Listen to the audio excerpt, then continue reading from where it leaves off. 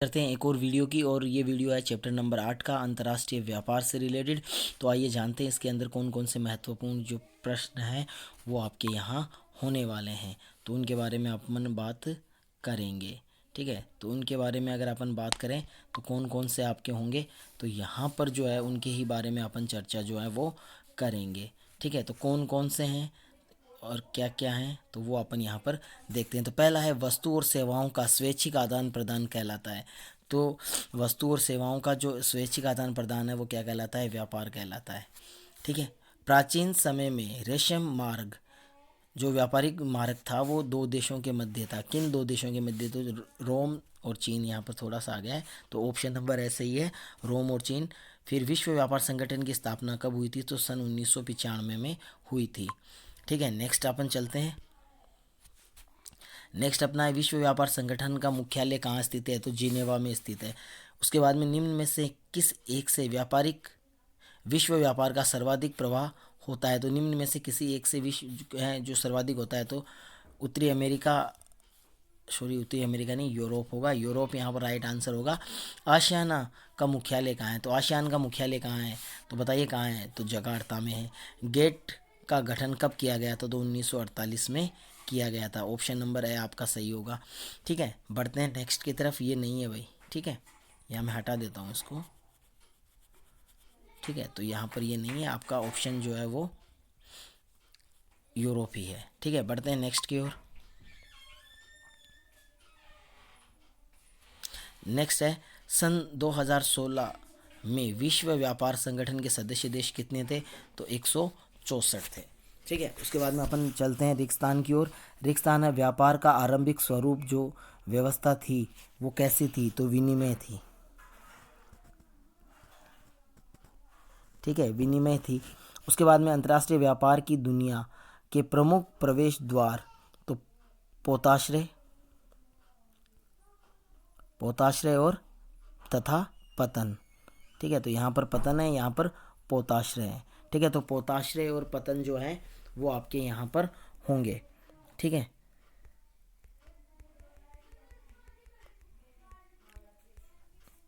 तो पोताश्रय। ठीक है, और दूसरे स्थान में क्या आएगा? पतन। ये आपको याद रखने हैं। उसके बाद में अंतर्राष्ट्रीय व्यापार उत्पादन का परिणाम है, तो है विशिष्टीकरण का।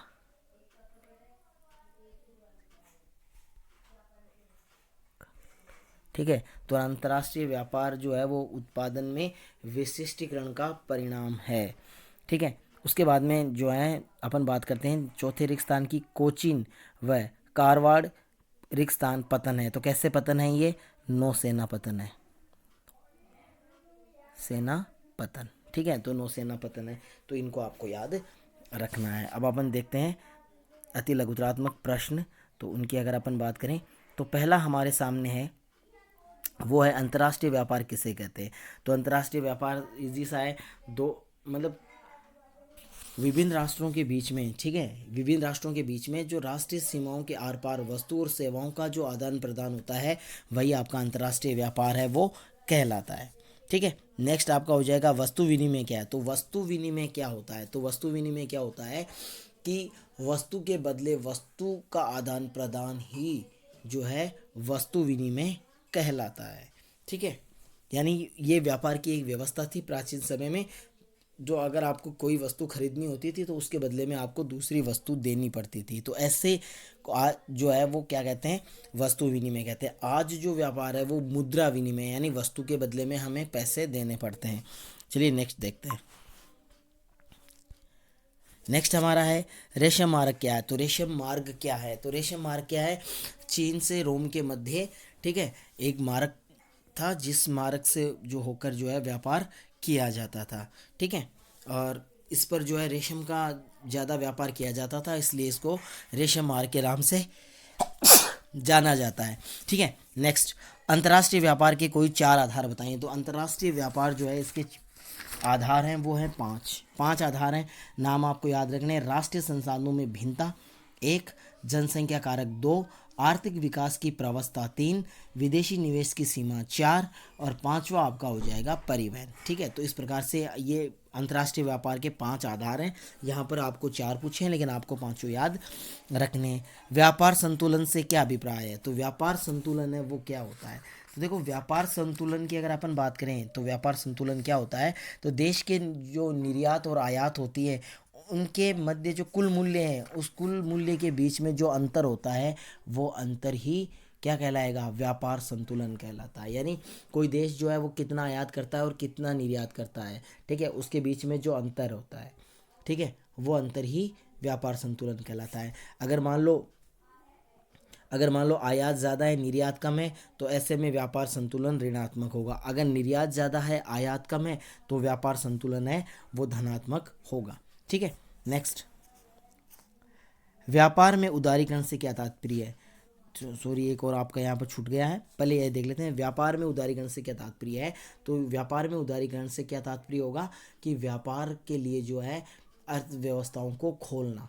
ठीक है, व्यापार के लिए या अंतर्राष्ट्रीय जो है व्यापार के लिए अर्थव्यवस्थाओं को खोलना, यानी कहने का मतलब क्या है कि नॉर्मल जो है सरकार द्वारा जो है ऐसी नीतियाँ अपनाई जाती हैं जिनके तहत व्यापार जो है वो ज़्यादा से ज़्यादा हो सके, टैक्स वगैरह कम करके वगैरह। ठीक है, बहुपार्श्विक व्यापार क्या है? तो क्या आशय है? तो ये क्या होगा? ऐसा व्यापार जिनमें 2 से अधिक राष्ट्र आपस में मिलकर व्यापार करते हैं वो जो है बहुपार्श्विक होगा। इसी का अपोजिट है द्विपार्श्विक, तो वो 2 देशों के मध्य होता है।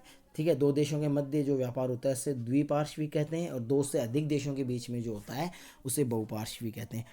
डंप, नेक्स्ट अपना जो है वो हो जाएगा डंप करने से क्या तात्पर्य है? डंप करने से क्या तात्पर्य है? तो डंप करना क्या होता है कि लागत की दृष्टि से नहीं बल्कि या अपितु विभिन्न कारणों से अलग अलग कीमत की किसी वस्तु को 2 देशों में क्रय करने की प्रथा को डंप करना कहते हैं। ठीक है, तो ये आपको याद रखना है। नेक्स्ट आपका हो जाएगा भारत में किसी एक अंतर्देशीय पतन का नाम लिखें। तो कौन सा हो जाएगा? कोलकाता हो जाएगा, जो हुगली नदी के किनारे पर स्थित है। मारक पतन अथवा विश्राम पतन जो है उसके उदाहरण आपको मतलब बताना है क्या होता है और फिर उसका उदाहरण देना है। तो ऐसे पतन जो मूल रूप से समुद्री मार्ग पर विश्राम केंद्र के रूप में विकसित होते हैं उन्हें विश्राम पतन कहा जाता है। उदाहरण इसका हो जाएगा सिंगापुर, अदन और होनोलुलु। ठीक है, नेक्स्ट आपका हो जाएगा आंथ्रोपोपतन को जो है एक उदाहरण स्पष्ट कीजिए। तो आंथ्रोपतन का है, इसका जो उदाहरण है वो आपका हो जाएगा रोटरडम हो जाएगा। ठीक है, कोपेन हेंगेन हो जाएगा। ठीक है, तो ये आंथ्रोपतन के जो है उदाहरण है। और यहाँ पर जो है क्या होगा, ये आंथ्रोपतन क्या होता है? ये जो है जहाँ पर क्या है देशों से निर्यात हेतु वस्तुएं लाई जाती हैं। ठीक है, जहाँ देशों से निर्यात हेतु वस्तुएं लाई जाती हैं तो ऐसे को आंथ्रोपतन कहते हैं। उसके बाद में है पैकेट स्टेशन को उदाहरण सहित स्पष्ट करो। तो पैकेट जो होता है वो क्या होता है? तो देखो, ये जो है इनको फेरी पतन भी कहते हैं। और यहाँ पर जो है छोटी छोटी दूरियों तक जो है जलीय क्षेत्रों के आर पार डाक तथा यात्रियों के परिवहन से जुड़े हुए होते हैं। ठीक है, और इसका उदाहरण जो है जैसे डोवर है। ठीक है, जो इंग्लैंड में डोवर, फ्रांस में केलाइस जो है इसके उदाहरण है, पैकेट पतन के उत्पाद है ना। नेक्स्ट अपन बात करते हैं, नेक्स्ट हमारा हो जाएगा विश्व का सबसे बड़ा स्थल रुद्ध जो है पतन कौन सा है? तो इसका राइट आंसर आपका होगा सैन फ्रांसिस्को। ठीक है, सैन फ्रांसिस्को है। ठीक है, सैन फ्रांसिस्को है जो इसका उदाहरण हो जाएगा। होनोलुलु पतन कहाँ स्थित है? तो प्रशांत महासागर में। ठीक है, होनोलुलु है वो आपका प्रशांत महासागर में स्थित है। ठीक है, उसके बाद में औद्योगिक पतन है, वाणिज्य पतन में अंतर लिखें। तो देखो, औद्योगिक पतन होते हैं वो क्या होते हैं और वाणिज्य पतन क्या होते हैं? ठीक है, जहाँ पर कच्चा माल लाया जाता है, ठीक है, उसे औद्योगिक पतन कहते हैं। और जो तैयार माल को निर्यात करते हैं वो आपके वाणिज्य पतन कहलाएंगे। ठीक है, भारत के कोई 2 नौसेना जो पतन है उनके नाम आपको लिखने हैं। तो ऐसा कौन सा हो जाएंगे? कौन से 2 हैं ऐसे पतन? जो ये क्वेश्चन पहले भी आ चुका है, तो इसमें आपका जो राइट आंसर है वो आपका हो जाएगा पहला कोचिन और दूसरा कारवाड़। ठीक है, तो ये आपके दोनों नौसेना पतन हैं। नेक्स्ट है अंतर्राष्ट्रीय व्यापार के आधार पर कौन कौन से अंतर्राष्ट्रीय व्यापार के आधार कौन कौन से हैं, संक्षेप में वर्णन कीजिए। जो मैंने आपको 5 बताए थे ना, कौन कौन से 5 बताए थे? राष्ट्रीय जो है संसाधनों में भिन्नता, जनसंख्या कारक, आर्थिक विकास की प्रवस्था, विदेशी निवेश की सीमा और परिवहन। ठीक है, तो इनके बारे में थोड़ा थोड़ा आपको लिख देना है। धनात्मक व्यापार संतुलन और ऋणात्मक व्यापार संतुलन क्या है? तो मैंने अभी आपको बताया था कि व्यापार संतुलन क्या होता है कि कोई भी राष्ट्र जो होता है वो राष्ट्र का निर्यात और आयात के बीच में जो अंतर होता है, ठीक है, वो अंतर ही व्यापार संतुलन कहलाता है। अगर निर्यात ज़्यादा है, आयात कम है, तो ऐसे में उस देश का जो निर्यात है, व्यापार है, वो संतुलन है वो धनात्मक होगा, और अगर आयात ज़्यादा निर्यात कम है तो ऋणात्मक होगा। डंप करने से क्या आशय है? विकसित देश को मुक्त व्यापार में डंपिंग किससे सतर्क करने की आवश्यकता क्यों है? तो डंप करना अपन ये पढ़ चुके हैं कि डंप करना क्या होता है कि लागत से नहीं वरन किसी अन्य कारण से जो है एक ही कीमत की वस्तु को अलग अलग देशों में बेचा जाना, ठीक है, डंप करना। और इससे जो है जो विकासशील देश हैं इनको काफ़ी ज़्यादा नुकसान होता है, क्योंकि वहाँ पर वो चीज़ आकर जो वहाँ निर्मित वस्तु हैं उनको जो है पीट देती हैं और उससे उनको जो है भारी क्षति उठानी पड़ती है। फिर विश्व व्यापार संगठन की स्थापना के पीछे क्या उद्देश्य था? तो क्या उद्देश्य था? तो विश्व व्यापार संगठन की स्थापना का मुख्य उद्देश्य था अंतर्राष्ट्रीय व्यापार को बढ़ावा देना, उससे संबंधित नियम वगैरह बनाना, ठीक है, तो ये सब हो जाएगा।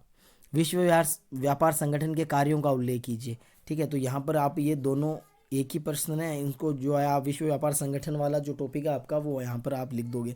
अंतर्राष्ट्रीय व्यापार से जो है संबंधित प्रमुख समस्याएं कौन कौन सी हैं? तो कौन कौन सी समस्याएं हैं जो अंतर्राष्ट्रीय व्यापार की वजह से जो है शुरू हो रही हैं? तो ये जो आपको है यहाँ पर लिखना है, ठीक है, ठीक है, तो ये आपका हो जाएगा। ठीक है, ये देशों के लिए हानिकारक होता है, निर्यात पर निर्भरता बढ़ जाती है, विकास असमान हो जाता है, शोषण होता है, युद्ध का कारण बन सकता है। ठीक है, तो ये कुछ जो है वो ही हो जाएंगे। पतन को अंतर्राष्ट्रीय व्यापार का प्रवेश द्वार क्यों कहा जाता है? तो ये आपको पता ही होगा, क्योंकि सारा आजकल व्यापार है वो समुद्री मार्ग द्वारा होता है, इसलिए पतन जो है वो महत्वपूर्ण हो जाते हैं इसके विकास के लिए। उसके बाद में इसमें निबंधात्मक प्रश्न है, वो देखते हैं अपन। निबंधात्मक प्रश्नों की बात करें अपन, तो निबंधात्मक प्रश्न है कौन कौन से होंगे हमारे? अंतर्राष्ट्रीय व्यापार के प्रमुख आधारों का विस्तृत वर्णन कीजिए। तो ये वही रिपीट हो रहा है।